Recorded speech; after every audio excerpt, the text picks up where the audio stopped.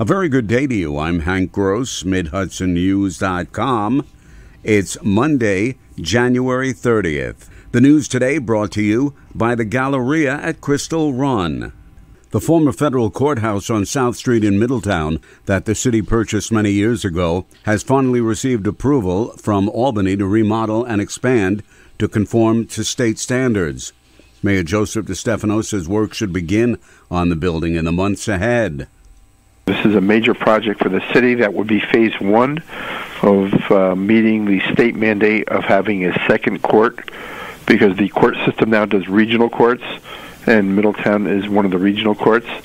And we would then, phase two would be the conversion of the existing court into a combination of expansion of both police services and some city hall offices being relocated into that building.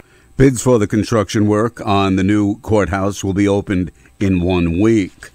The suspension of Newburgh Free Academy teachers with pay and their reinstatement following their social media comments last year is being condemned by the president of the Newburgh-Highland Falls NAACP.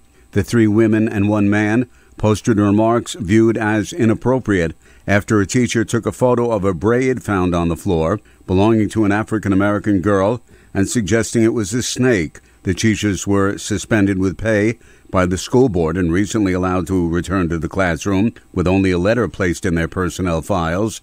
NAACP President Ray Harvey chastised the school board over their actions. When you get a teacher who tear down a child's self-esteem, and the only thing she gets is a suspension with pay, to me, you sending the wrong message to our kids. And I don't care whose kid it is or what color the kid is, but this just happened to be a young African-American young lady. Harvey says this was an attack on the way an African-American wears her hair. You shouldn't be looking at someone's hair. You should be looking at trying to get them to be the best student they can be, he said. The Sullivan County Land Bank is applying to the state for $2 million in grants to rehabilitate 3 properties on Monticello's Broadway. Executive Director Freda Eisenberg says they would hope to restore those buildings and return them to the tax rolls through sales. The Key Bank building is part of an application that the county will be submitting to the Restore New York program to get funding for that redevelopment. We're also including in that package the Strong building on the same block as Key Bank and the Broadway Theater at the other end of Broadway. RUPCO has plans to purchase the Key Bank building and lease it to a new African-American library. More news right after this. Find over 100 retailers allowing you to spend hours shopping safely at the Galleria at Crystal Run. Enjoy the big brands and the diverse selection of family-owned stores all in one location. The Galleria at Crystal Run offers dining options for everyone with Fuji 110 Grill, Allen's Mediterranean Grill, and Peru Cuisine. Discover the Mid-Hudson Valley's premier shopping, dining, and entertainment destination, the Galleria at Crystal Run. For more information, follow us on Instagram, Facebook, or visit GalleriaCrystalRun.com. The annexation of some 122 acres of land from the town of Deer Park into the city of Port Jervis has been approved, Mayor Kelly Decker says. The 2 parcels will be officially taken over by the city in a matter of weeks.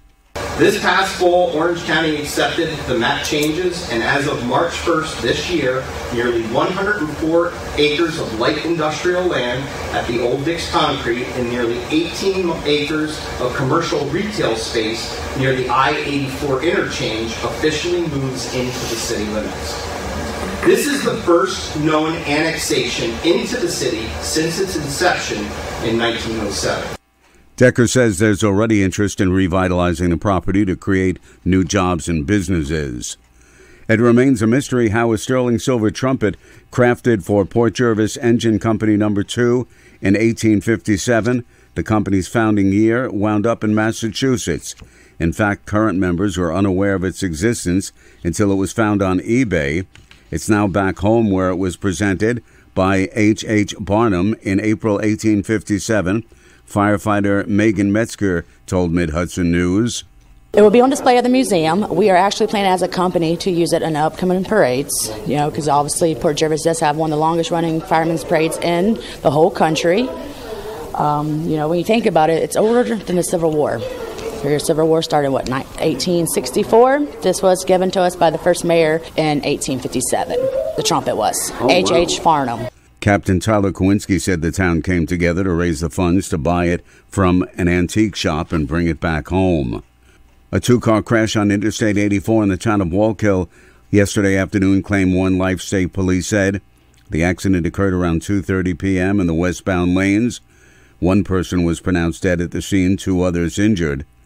Meanwhile, a late Saturday night accident between a Toyota Avalon and a tractor-trailer on the thruway in the town of New Paltz claimed the life of 63-year-old Darlene Hallwick of Hurley, the sole occupant of the car. I'm Hank Gross, MidHudsonNews.com. The news today brought to you by the Galleria at Crystal Run.